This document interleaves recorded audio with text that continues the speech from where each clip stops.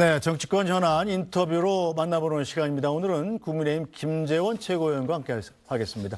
김 최고위원님 어서 오십시오. 안녕하세요. 오랜만에 뵙습니다. 예, 반갑습니다. 자, 이 어제 의원총회 혹시 참석하셨었나요? 저는 참석하지 않았는데요. 사실은 최고위원들이 보통 의원총회에 참석하는 경우가 있는데 네. 어제는 뭐 분위기가 흉흉해서 네. 참석하지 않았습니다. 분위기가 많이 흉흉했던 것 같은데요. 다른 소장파 의원들 같은 경우는 이른바 이 윤석열 전 대통령과의 절연을 토의하고 싶어 하는데 네.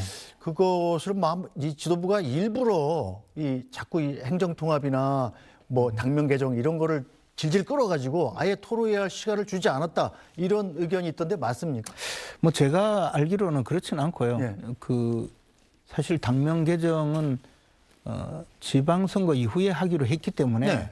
큰 이슈가 아니었는데 그 당면 개정 작업을 추진했던 분이 네. 좀 자신의 정당성을 많이 설명하다 보니까 조금 시간이 길어진 것 아닌가 생각을 하고 특별히 예를 들어서 당 지도부에서 길게 시간을 끌어달라고 부탁했을 리도 없고 네. 부탁을 했다고 해서 또 그분이 그렇게 시간을 오래 끌었을 리도 없는데요. 뭐 그것은 조금 과도한 상황이었다고 보여집니다. 그리고 행정통합 문제는 결국 오늘 네. 법사위에서 통과되지 않고 보류가 되는 그 상황으로 굉장히 그 지방선거를 앞두고는 네. 심각한 문제인데 우리 당이 너무나 이 문제를 제대로 다루지 않고 가니까 의원 중에서 한두 분이 문제 제기를 한 것 아닌가 뭐 그런 생각입니다. 그래서 예, 이 당명 개정 같은 거 뭐 지나간 얘기입니다만 미래하고 공화가 들어가는 이름이 네. 두 가지가 채택이 됐다던데 왜 또 미루기를 하신 거죠?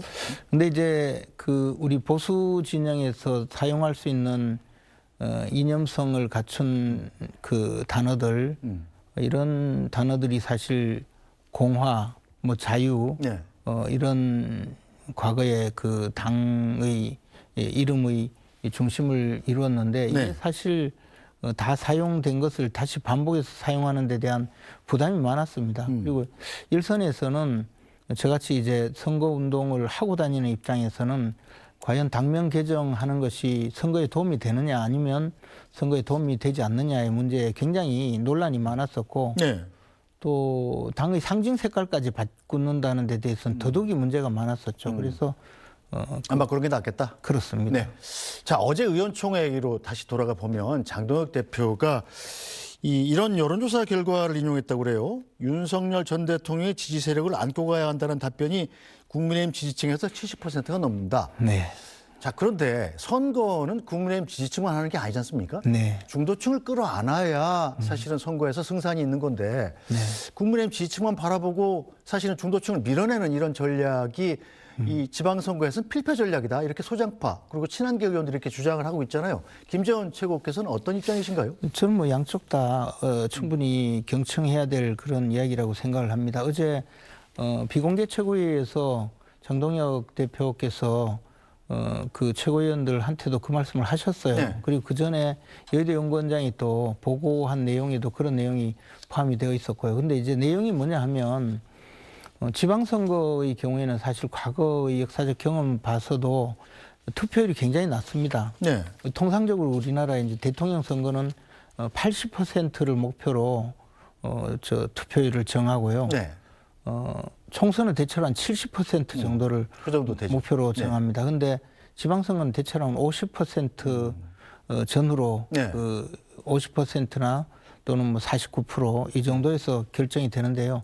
그러면 전 국민 중에서 25% 이상이 확실하게 지지를 한다면 네. 충분히 승산이 있다라고 생각할 수가 있죠. 투표율이 낮으니까. 전략적으로. 네. 네, 그래서 지방선거 때는 사실 우리 지지층이 빠짐없이 투표하러 나오도록 하는 것이 굉장히 큰 그 목표가 됩니다. 쉽게 얘기해서 얼마나 집도키를 투표장으로 끌어내느냐가 관건이다. 이런 말씀이십니까? 비유적으로 말씀드리면 그런데요. 네. 사실은 지금 우리가 생각했던 것보다 현장에 가서 보면 그래도 윤석열 전 대통령에 대해서 동정하는 분들 네. 또는 안타깝게 생각하는 분들이 우리 당 지지자 중에는 꽤 많이 있거든요. 근데 이런 분들에 대해서 우리가 무작정 무시하고 우리는 이제 완전히 인연을 끊고 가겠다고 표현하는 것이 네. 어느 정도 중도층에서 도움을 받고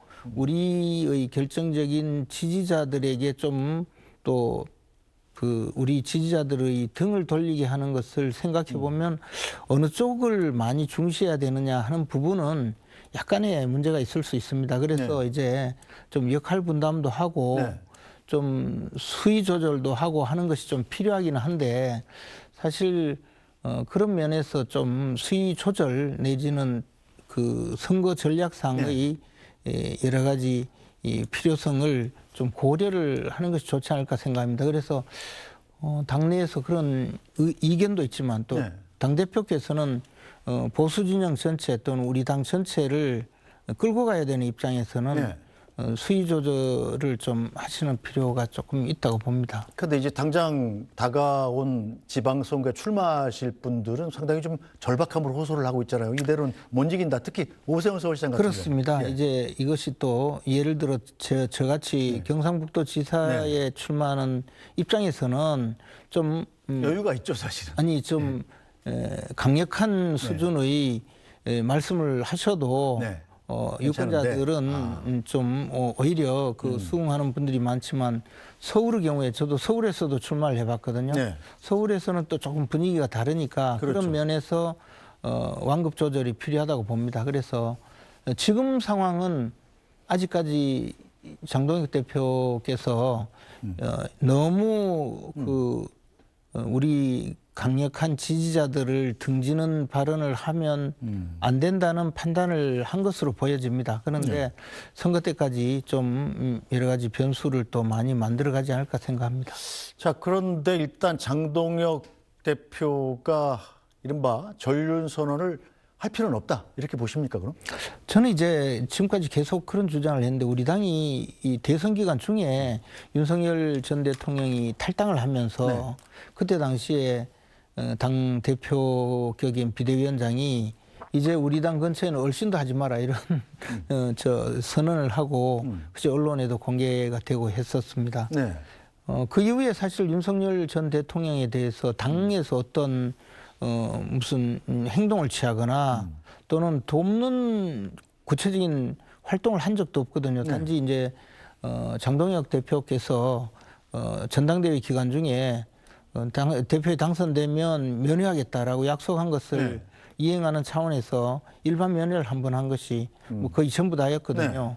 그러다 보니까 실제 이번에 윤석열 전 대통령에 대해서 무기징역 판결이 나왔는데 대해서 이제는 우리가 완전히 인연을 끊겠습니다라고 표현하는 것이 과연 맞느냐라고 생각해 볼 필요가 있습니다. 그런데 이제 그렇다고 해서 우리는 한 식구입니다. 우리 앞으로 같이 가겠습니다라고 이야기하는 것도 맞지는 않죠. 왜냐하면 이미 탈당한 분이니까요. 네. 그래서 기정사실을 인정하고 넘어가는 수준에서 좀 다만 이제 판결에 대한 개인적인 그 입장을 밝힌 것 아닌가 저는 그렇게 봤습니다. 근데 장동혁 대표가 그 다음 날, 그러니까 윤석열 전 대통령이 무기징역 1심 판결을 받은 다음 날 발표한 내용을 보면 무죄 추정의 원칙이 누구에게나 적용돼야 한다. 즉, 이 재판부의 1심 판결이 잘못됐다. 나는 윤석열 전 대통령을 지지한다. 이런 식으로 들리거든요. 그 부분에 대해서는 이제 이 법률가적 입장에서 그렇게 말씀하셔도 정치적으로는 앵커께서 말씀하신 그런 입장으로 받아들이는 분들이 많이 있는 건 사실입니다. 그러나 아마 그 부분이 상당히 저 논란을 벌이는 분들이 계시는데 전체적으로 보면 여전히 그냥 우리 당의 기본 입장을 설명한 것이고 약간 이 판결에 또 충격받으실 지지자들에 대해서는 좀 위무하는 정도 수준의 말씀이었다라고 이해를 하고 있습니다. 자, 그런데 국민의힘이 사실상 지금 장동혁 대표와 이 김재원 최고 같은 지도부 그리고 소장파 친한계 이게 거의 내분 상황 아니겠습니까? 지방선거가 이제 오늘로 정확히 99일 남았는데 이 갈등을 치유하지 않고서는 지방선거를 사실상 치르기 어렵겠다라는 게 대부분의 의견인데 이 갈등을 없앨 묘수 같은 건 없으세요? 사실 제가 현장에서 그 느끼는 많은 분들 저는 이제 아무래도 지지자들을 많이 만나게 되는데요.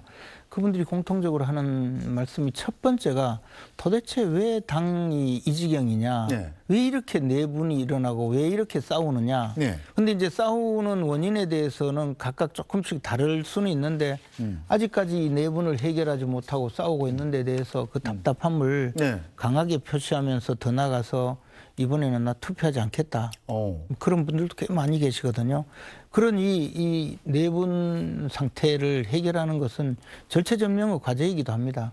그런데 이제 저는 이제 한동훈 전 대표의 그 징계라든가 또는 배현진 의원의 징계 문제에 대해서 조금 개인적인 생각은 좀 달랐습니다만은 그러나 윤리위원회가 결정한 것은 존중하는 것이 맞다고 생각해서 네. 지금까지 뭐 결정에 대해서 찬성 의견을 보냈던 건데요. 네.